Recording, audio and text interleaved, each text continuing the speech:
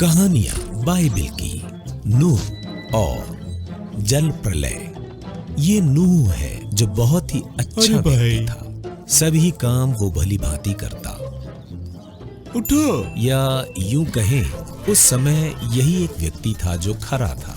उसके अलावा जो मनुष्य उस समय पृथ्वी पर थे वे आपस में झगड़ते और बुराइयों से भरपूर थे। इसलिए परमेश्वर क्रोधित था और जल प्रलय भेजना चाहता था ताकि जो कुछ उसने बनाया वो नष्ट हो जाए। परमेश्वर सृष्टि के बनाने से पछताया। परमेश्वर ने यह प्रण लिया कि वो नूह और उसके परिवार को बचाएगा। परमेश्वर ने नूह को जहाज बनाने की आज्ञा दी और उसमें हर एक जानवर और पक्षियों के जोड़ों को एकत्र करने को कहा।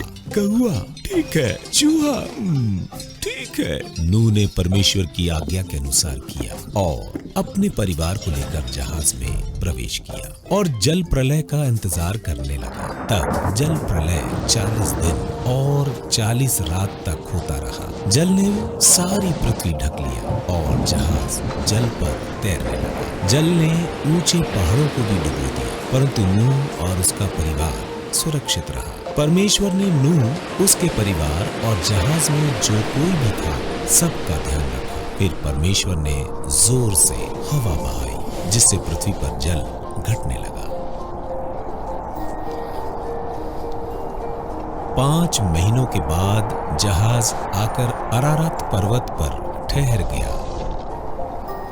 कुछ महीनों के बाद दूसरे पर्वत भी दिखाई देने लगे। 40 दिन के बाद नूह ने खिड़की खोली और एक कौवे को बाहर भेजा। वो उड़ता रहा जब तक जल न घट गया।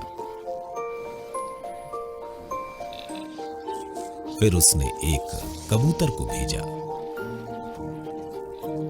पृथ्वी पर अब तक जल नहीं घटा था तो कबूतर वापस आ गया। तब 7 दिन के बाद नूह ने फिर एक बार कबूतर को बाहर भेजा। इस बार वो अपनी चोंच में जैतून की एक टहनी लेकर लौटा। वाह, अच्छा है। नूह समझ गया कि जल घट गया है।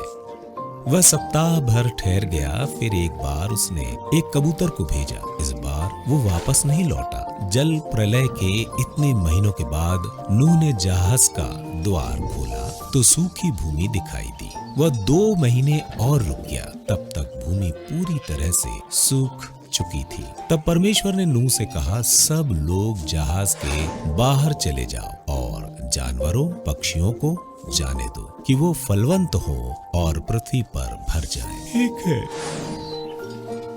तब नूह और उसका परिवार जहाज के बाहर आ गए। नूह ने एक वेदी बनाई और परमेश्वर के लिए बलिदान अर्पित किया। परमेश्वर नूह पर प्रसन्न हुआ। तब परमेश्वर ने यह प्रण लिया कि वो पृथ्वी को फिर कभी जल से नष्ट नहीं करेगा। परमेश्वर ने नूह और उसके बेटों को आशीर्वाद दिया और वादा किया कि आगे को जल प्रलय नहीं भेजेगा। उसने नूह और सारी मानव जाति के लिए आकाश में एक प्रतिज्ञा का चिन्ह मेघ धनुष प्रकट किया।